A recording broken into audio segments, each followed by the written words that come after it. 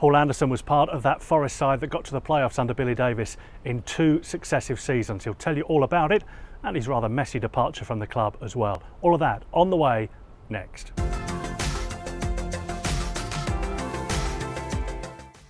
Well, Ado, great to see you again. We're going to go back to the start of your Forest career, where you joined on loan to start with from Liverpool. Tell us about how that all came about to start with. It was it was a good year for both Swansea and Forest. Obviously, both getting promoted from League One. So as soon as that season had finished, there was conversations between clubs my age and Liverpool at the time, and that I knew of. It was either between Swansea or between Forest, and it was a really difficult situation for me because obviously Swansea would romped the league by a long way, and I really enjoyed playing there because Martinez played fantastic football and it really suited my style. So a lot of me wanted to stay there and play that style of football, but also we had to look at my situation from what would be best for my development, and maybe learning from a different manager who was Colin Calderwood at the time, going to a massive club of Forest, also helped being 30 minutes up the road from home, being a young lad. So it was sort of up in the air, and in the end, that I believe, or I was told, which you never know with agents being involved, I was told that Swansea weren't prepared to match the loan fee that Liverpool had set, whereas Forest just agreed it straight away. And that was that. So there was no choice there. And like I said, it was sort of a 50-50 thing of what to do. And because there wasn't the option there with Swansea, I was more than delighted to go and sign for Forest. It was a great opportunity for me to go to that next stage in my career. How frustrating was it for you coming in? Because you didn't start the season because you got injured, didn't you? Right at the beginning, almost having signed, you then got injured and didn't make an appearance till October. Which I always think nothing can be done about it. But as a player coming into a club, that must be a nightmare because you're so keen to make an impression and show people why they've signed you, and you can't do anything about it. Yeah, it was very frustrating because I'd torn my. It was quite ironic, really. So I'd torn my thigh the season before for Swansea, but I'd done it in the Swansea game against Forest at the City Ground. Right. So I tore my thigh at the City Ground because we were late because of traffic through Nottingham. We were late and the referee wouldn't delay the game. And we literally had no warm-up. And I think it was January time, February time, I think. And it would have been quite a big game. Obviously, Forest, probably the biggest club in League One at the time, going at the right end, and we were top of the table. Within 5 minutes, I did a sprint, stopped, and tore my thigh. So, so that took me nearly 3 months to recover from, or 2.5 months at Swansea. And then I finished the season at Swansea, went away, had my summer. Probably didn't think anything of it, being a young player at the time, 18, just about to turn 19. Thought it would have been healed, and then came back in, did pre-season, and did it again in pre-season because I'd probably had 4 to 6 weeks not doing anything, recovering or resting, and then came back in, and then you go back into the intensity, especially a pre-season where you're doing more than you do through the season, and then did it again. And like you say, the disappointment coming to a massive club, and I was so excited to be here. And my thought process was I'd done really well in League One, scored 10 goals for Swansea in the season at 18, come into Forest in the Championship, hit the ground running, and then my aim was to go back to Liverpool at the end of the season and hopefully be in with a shout of being at Liverpool first team. And when you're missing another 2 to 3 months with a thigh injury without even being able to play a game, and again, without building myself up, I was probably quite a hot prospect at the time. that There was certainly a was big fight, wasn't there, about the signature? I remember it at the time. yeah, and then the Forest fans don't get to see me for Yeah. 2.5 months. So I think it was probably frustrating from all ends. And again, Colin and Nigel had really influenced me or influenced the signature.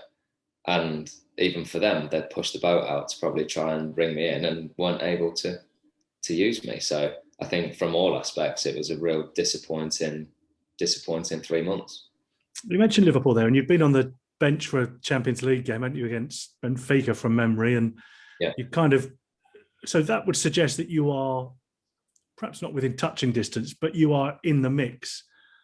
How difficult was it to leave Liverpool? And I know initially at Forest you were there on loan and you didn't sign permanently till the following summer, but how difficult was it to come away from Liverpool? At that time, it was a very easy decision. We'd sat down with the club. I signed a new contract with Liverpool because they believed it was a long-term thing. I knew going to Swansea and the way they played under Martinez, I knew it was a progression for my career. The next stage, whether it was Swansea or Forest, the conversation I'd had with Liverpool, we knew was my progression. So it was League One, done really well. Championship, go and do it, do the same sort of thing. Come back in at the end of the season and you'll either have done it and you'll be in and around the first team at Liverpool, or you won't quite have done it and you'll move on. So I knew that was why it was probably frustrating as well, because I'd only just had the conversation with Liverpool and then I'm out for 3 months. Right. And it's as a young lad and you're thinking, oh, is this my hopes and dreams going down the pan? But again, it was a very easy decision to go out on loan that year. What was going to come at the end of that season, well, we know now, but who knew at the time? And how difficult was that conversation to have? I mean, we'll come back to that first Forest season in a moment, but you know, having been that close at Liverpool and, as I say, being on the bench for a Champions League tie, to then be told that, presuming that was their decision and not yours, that you weren't going to be progressing anymore at Liverpool. Don't really know. Times were different then. It's not like now where you've got like an under-23s team to allow you to have 2 or 3 years progression. It wasn't like that. It was first team, reserves, youth team. Yeah. And if you weren't playing first team football by the time you were 19, 20, you were out of the game.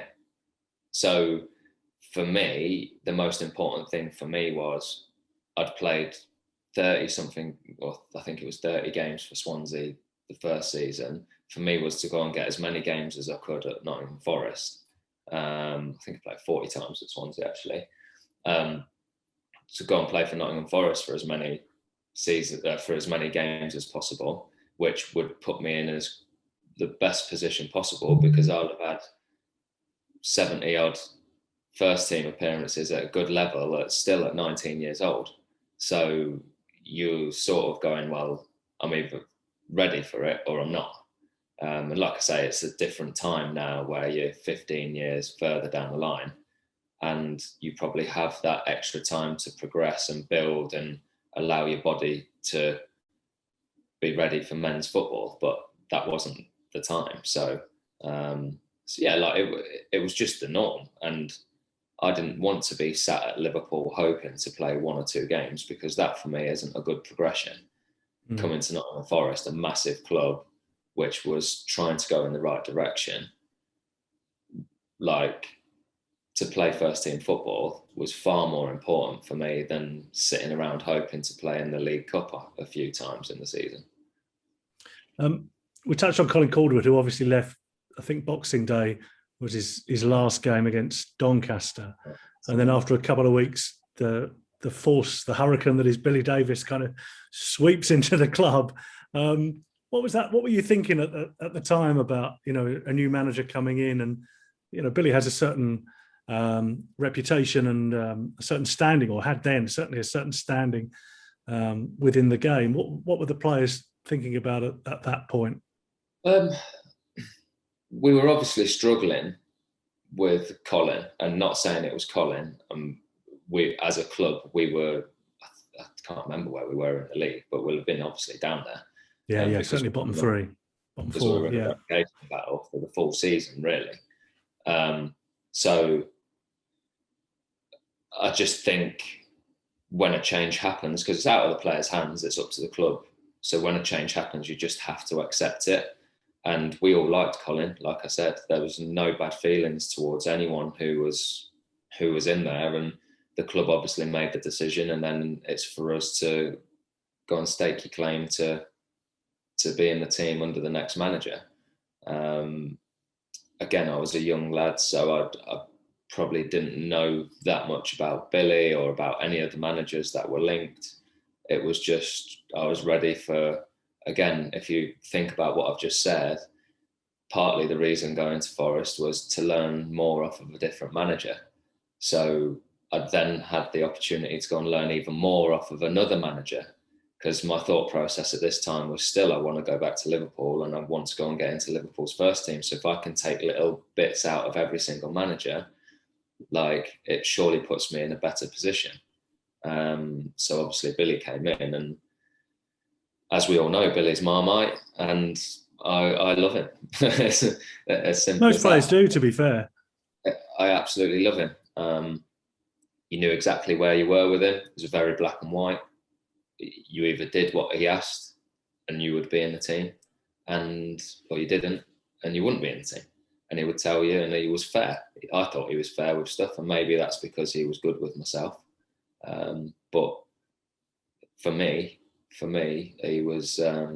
He's still one of the ones that I look back on throughout my career as the standout managers that me now going into my coaching phase of things, I will take a hell of a lot from his tactical side of things and the way he ran things. Because, I mean, to be fair, he's kept Forest in the division, which was quite an achievement, actually. Yeah. And he always talked about that as being a big achievement. And then went on to the playoffs for the following 2 seasons. I mean, that took some doing.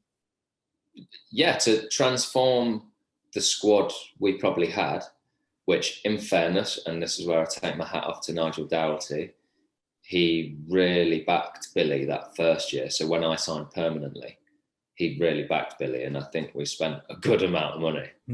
And then we obviously finished 3rd that year, which, unfortunately, we could have been top 2.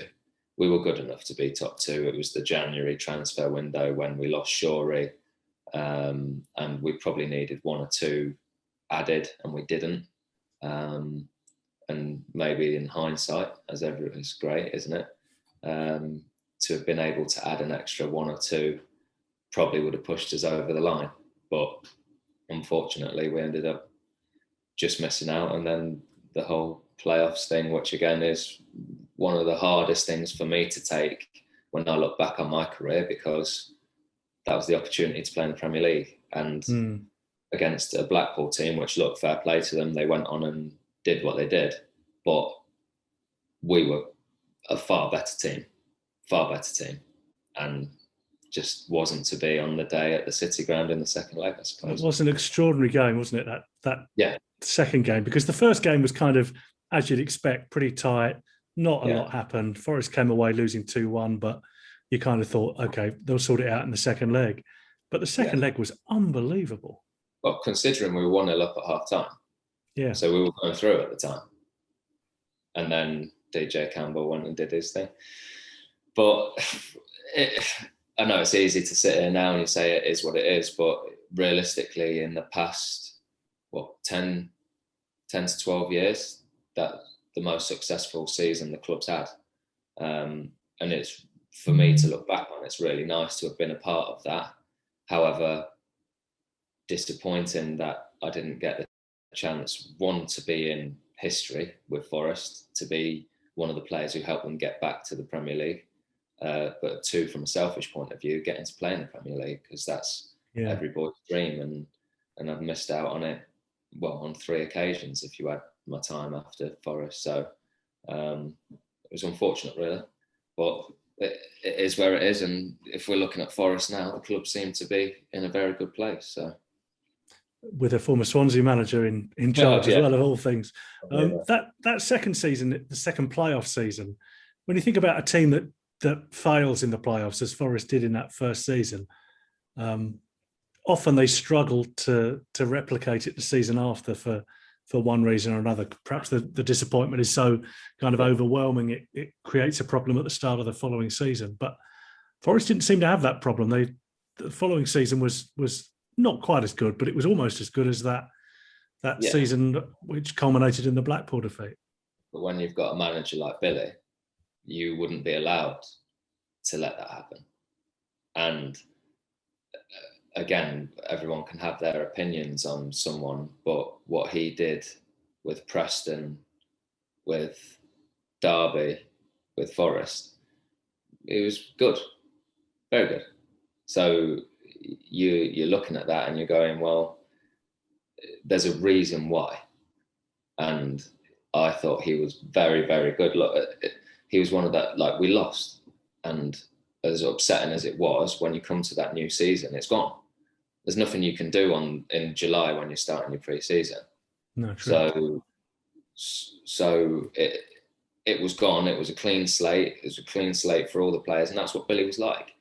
It was a clean slate. And he'll have had players who were playing in the first year, or the first year of the playoffs, and in the second year might not have featured as much because it was a new slate, and he'll have signed extra players, new players. Some players would have gone. There's always that happens every season at every club, and the club's trying to progress and go in the right direction. And we managed to get in the playoffs again, and it's again another disappointing one that Swansea had a man sent off after 4 minutes, and realistically, we should have won that first game.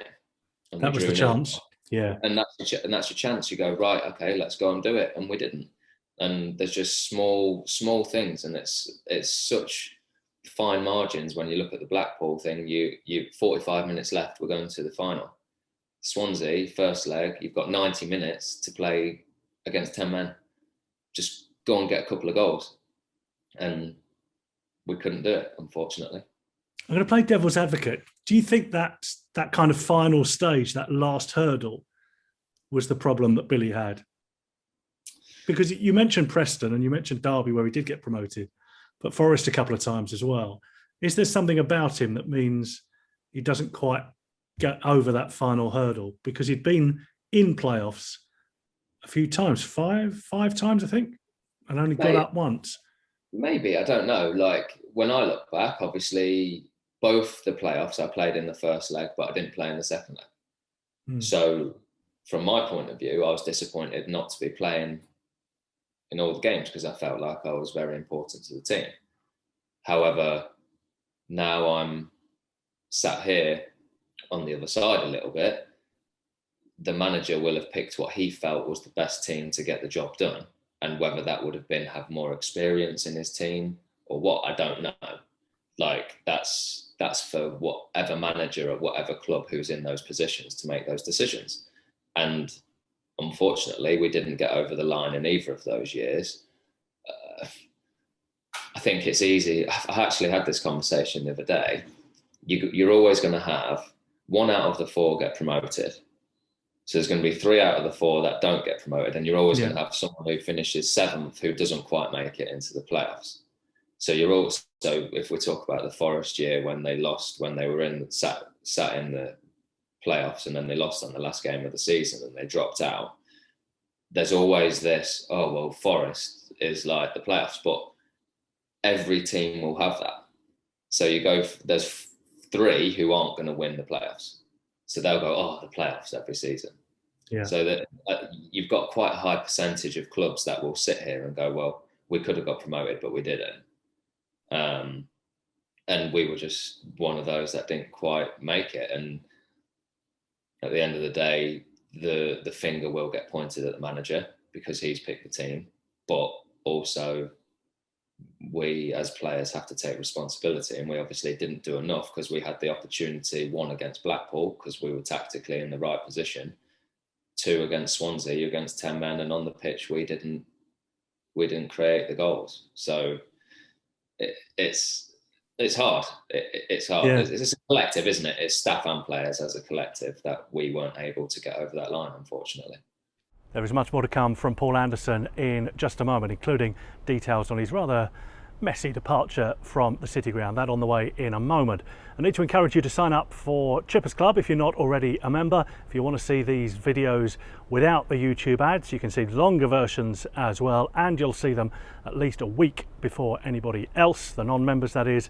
Then sign up for Chippers Club. I'll pop a link in the description below, and it's very easy to follow there. You can sign up to be either a bronze, silver or gold member, and all of it helps me develop the channel over the coming weeks and months. There's plenty on the way which I'm really excited about, and you'll see it first as a member of Chippers Club, and as I say, without those YouTube ads as well. This week's gold members that I need to thank, which is part of the package for being a gold member, they are Carl Thorne, Tiny Media, Philip Sheldon, Chris Annable, Paul Harrison, Christian Tonnies, Perry, James Sorden, Thomas Newton, Mark German, Alan Francis, David Shelton, Mark Davis, Ez Chowdhury, Paul Metcalf and Tim Hayward. Thank you for your continued support. If you want to sign up to become a member of Chippers Club, link is in the description below, and also links to all of my previous videos as well if you want to catch up as well. That is all in the description below.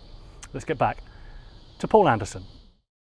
Obviously he then left, and would it be fair to say, and I don't want to put words in your mouth, but your Forest career was never the same once he'd gone? No. Well, you look at what happened to us the following year anyway, but it was a big surprise to me, although I can't really remember, but there was something bubbling on in the background. I don't know what went on with Billy and Nigel at the time. I'm not privy to that. I don't know what happened. It was hard for me because I loved Billy, like I said, and I think I was a perfect fit for Billy. I worked really hard, did everything that was asked of me. And yet I had that little bit at the other end to create things for the team. So I think I fitted really well in the sort of player that Billy would want to have in his team.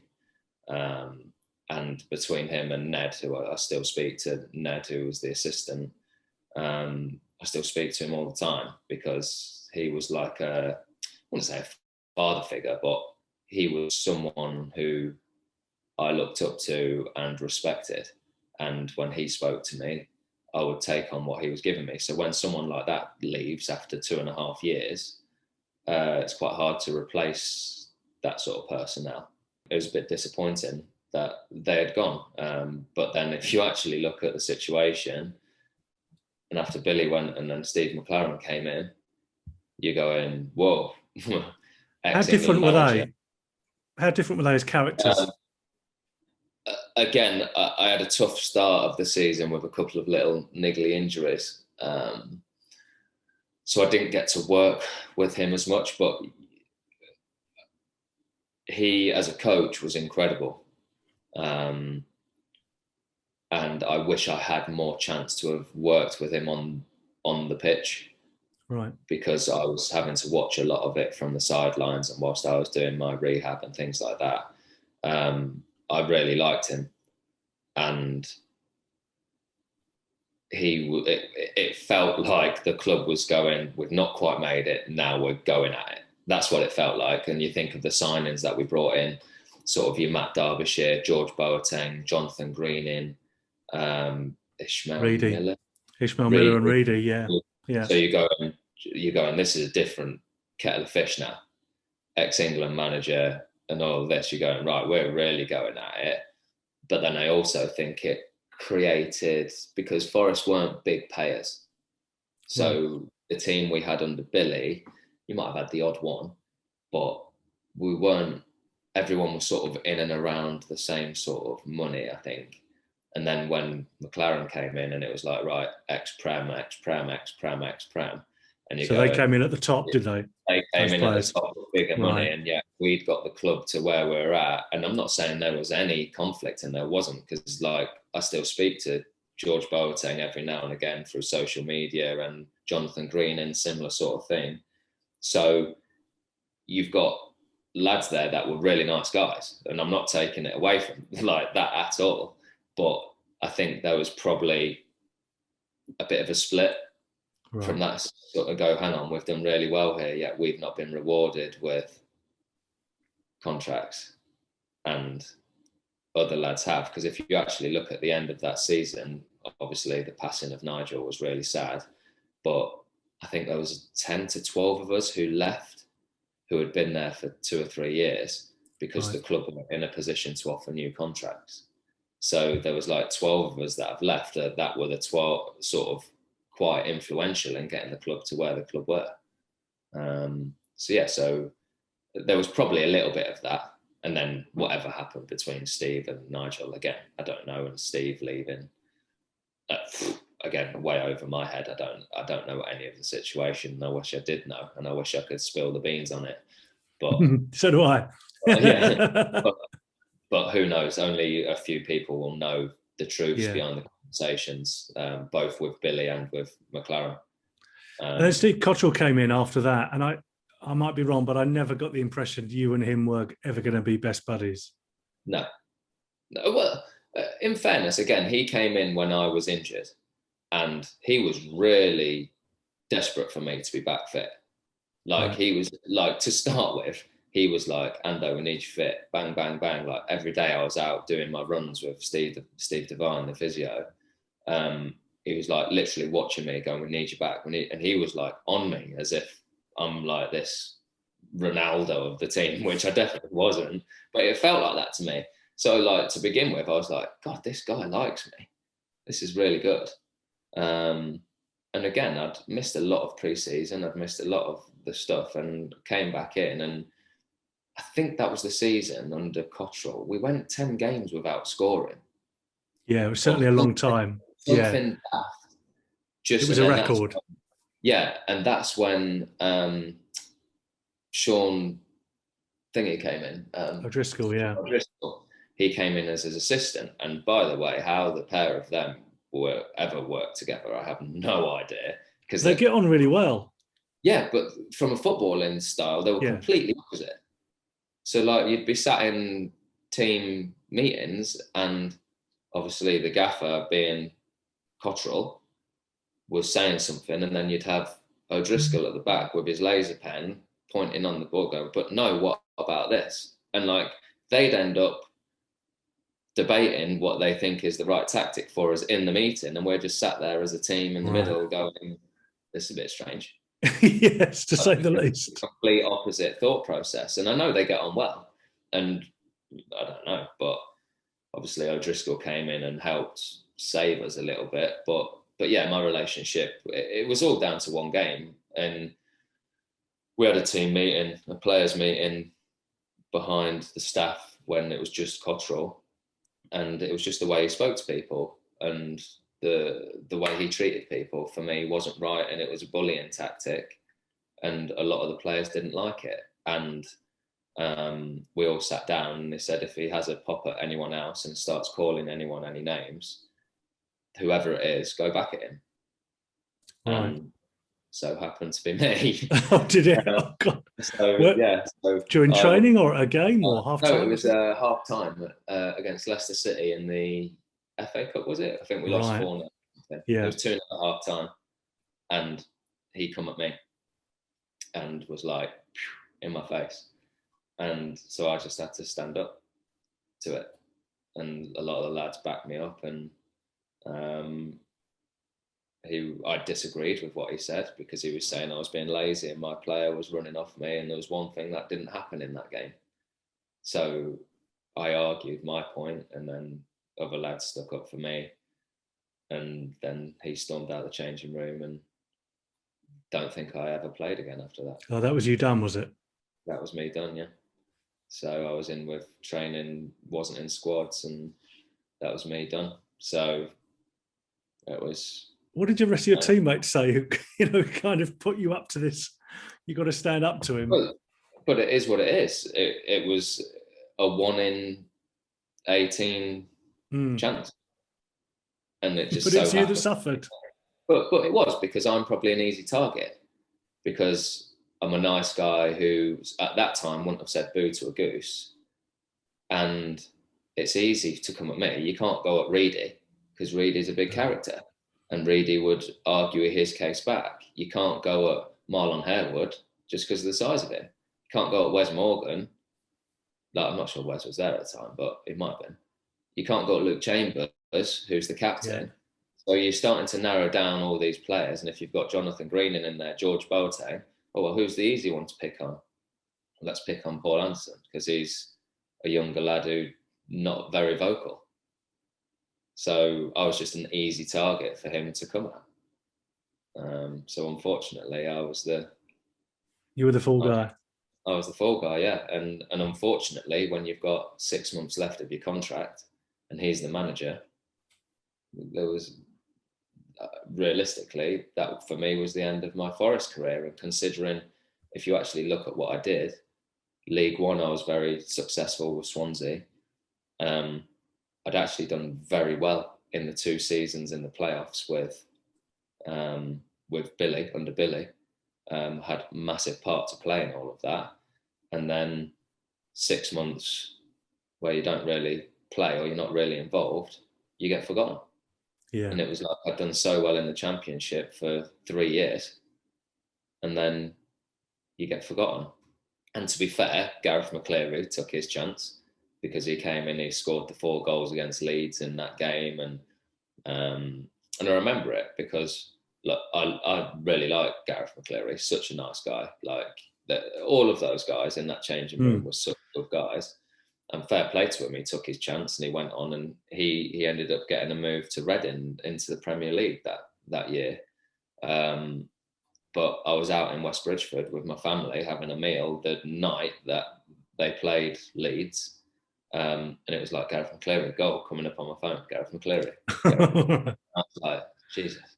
I was like, this could be and should be me. And there's me sat in a restaurant thinking, I have no idea where I'm going to be playing next season.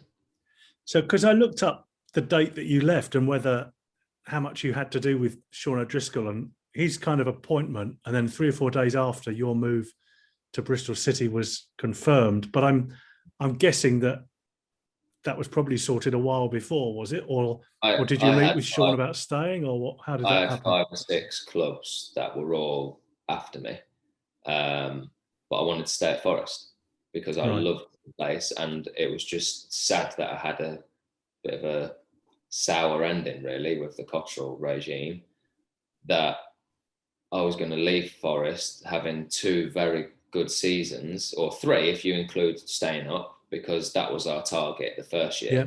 So 3 seasons where we sort of achieved where we wanted to be, other than getting into the Premier League. And then that last season was just really disappointing all round, with Nigel passing away. Obviously, really sad time for the club and for everyone. And the way that we scraped staying in the division. It wasn't a nice way to end my time there. So I was desperate to stay, and I was really settled. I'd bought a house back home near Melton Mowbray, and loved the club. I felt like I had a great relationship with the club. And then I remember the day that Cottrell because it was the whole Fawaz takeover thing. So before Fawaz took over, Forest couldn't offer a contract. So I was actually 23. So Forest would have been owed compensation for me had they offered me a new contract. Right, but they couldn't. But they couldn't offer me a contract. So I actually got to leave on a free. So from a personal point of view, I probably got a far better contract at my next club, which was Bristol City, because they didn't have to pay compensation for me. Right. And the other thing at that time was all the pointers were that Steve Cottrell was going to stay. Yeah. And people were genuinely massively surprised when he was sacked by Fawaz as well. So I'm guessing that you were reading the tea leaves at the time, thinking Cottrell was going to be the manager. The day that he got sacked, I went straight into the club and tried to get a new deal. Right. So when Sean went in, I'd spoke to Sean. And if I'm honest, and this is something, not a regret of mine, because I don't regret any decision I made, because it was new owners, because it was big money, apparently, that was coming into the club. I had set quite a big asking price for my wages, and I probably put myself way out of what O'Driscoll believed I was to be worth. So I hadn't even put it at a point of, right, well, let's negotiate it. I'd Right. probably put it at a point of, no, you're taking the mickey. Which not like I say, I don't really regret it, but I'm gutted I did that, because my agent at the time had advised me not to ask for that amount. Right. So it was my fault. It was my fault. I should have listened to my agent. We should have put in a bit of a more reasonable conversation to have, and I might have still stayed there, because Sean was interested in me staying. But Until he saw what you were charging. well, when I asked it, he was like, "No, that's fine." And that was the end of the conversation. Right. That was it. There was no negotiating. No, nothing. It wasn't even oh yeah, maybe. No, it was nothing. Right. It was nothing. So a bit gutted that I did that, and it's probably not the way to go. But it was it's new owners who've got loads of money. They probably don't care. It was one of those that you're just chancing it a little bit. To be fair, you weren't far. You probably, as it turned out, you weren't far wide of the mark. And by the way, I'd have still been on a hell of a lot less than lads that were already there. Yeah. So I hadn't put it above what people were on at that club. So I wasn't like asking for money that was like, well, it is silly money, but it's not compared to what other people were earning. So I wasn't asking for money that was unreasonable. I was just asking for high money compared to what I was on the year before. And compared to, I suppose, what people were going to come in on, even bigger money in the next couple of years. So I'd have probably been average wage in the team still. Right. But when the years before, when I'd done what I'd done in the kept them in the league and then the playoffs, and I was probably one of the lowest paid, you're thinking, well, I need to get rewarded for what I've done the last few years, and didn't. So a little bit of greed from me, which is disappointing, because it's not like me to be like that. But I chanced my arm thinking, oh, well, worst thing they're going to do is say, oh, no, we're not prepared to pay that. What about we offer you this? That's what I was thinking it was going to be. And he just went, no. But that's Sean. That's Sean. That's Sean. Yeah. He's like another good guy, really good guy. And I actually, funnily enough, when I went to Bristol City, he then came in as Bristol City manager. And slashed your wages. Yeah. No, well, did it, because we got relegated. You're right. So, yeah, I suppose so. Do you look back at the kind of 3.5 years you had with a good deal of fondness or a bit of regret about things that could have been achieved? If you look at it from a realistic point of view, it's probably the most successful time of my career. So it was just probably the wrong time for me as a person, because I didn't always feel like I was a perfect fit in a football environment. Didn't necessarily enjoy going out. Didn't particularly get involved in the banter. Like I said, I was quite quiet at that time. I wasn't really comfortable in my own skin. I was still a very young lad that was in an environment that, if I'm honest, was quite intimidating for me. These big egos, these big characters in changing rooms. I didn't really fit in. So it was quite, even though I should have really been enjoying my football because we were so successful, I actually found it quite hard to fit in changing rooms. Right. Whereas then when I moved on from Forest and I'm 25, 26, I actually don't care what people think of me. I'm not bothered about if someone's louder than me, because I always thought, oh, I need to be loud. I need to be this character. So you're probably trying to be someone you're not at 21, 22. Whereas then when I got to 25, 26, 27, I was very comfortable with who I was and what I brought to a team. So from a success point of view, it's probably the most successful time of my career, 2 playoffs and potentially getting there to the Premier League. But I think I wasn't in the right place personally for being to enjoy it, if you know what I mean. Yeah, it's really interesting. But I do. Look, it's an amazing club, and I miss it. And I still keep that, still keep in touch. I still go and I did one of the VIP days where you go and walk around and speak to people. And I love it. And it's so nice to be able to speak about, especially those 2 years under Billy, like, because you're at that era of that's still the most success the club's had for 20 years. Well, people think very fondly of that team generally, Yes. and rightly so. It was brilliant to watch, and the people who are associated with that team, fans love. So it's nice to be remembered in that way. And when I went and did the days, people spoke so highly of me, which is nice, because sometimes when you leave a club, you just think, oh, well, they'll just forget me and they won't remember me. And it didn't mean anything to them, because it meant so much to me to pull on that shirt, because the way the club was, everything about the club, and like I say, it was the best opportunity I had to get to the Premier League. So it's like, it still means so much to me. It was just a shame.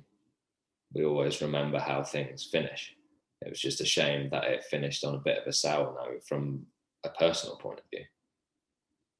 And as always, great catching up. Thank you so much for your time and so many stories and memories. It brings back so many memories from me as well. Some good and some not so good. So sure it's the same with you. Thanks for your time. Appreciate it. Very much. Cheers.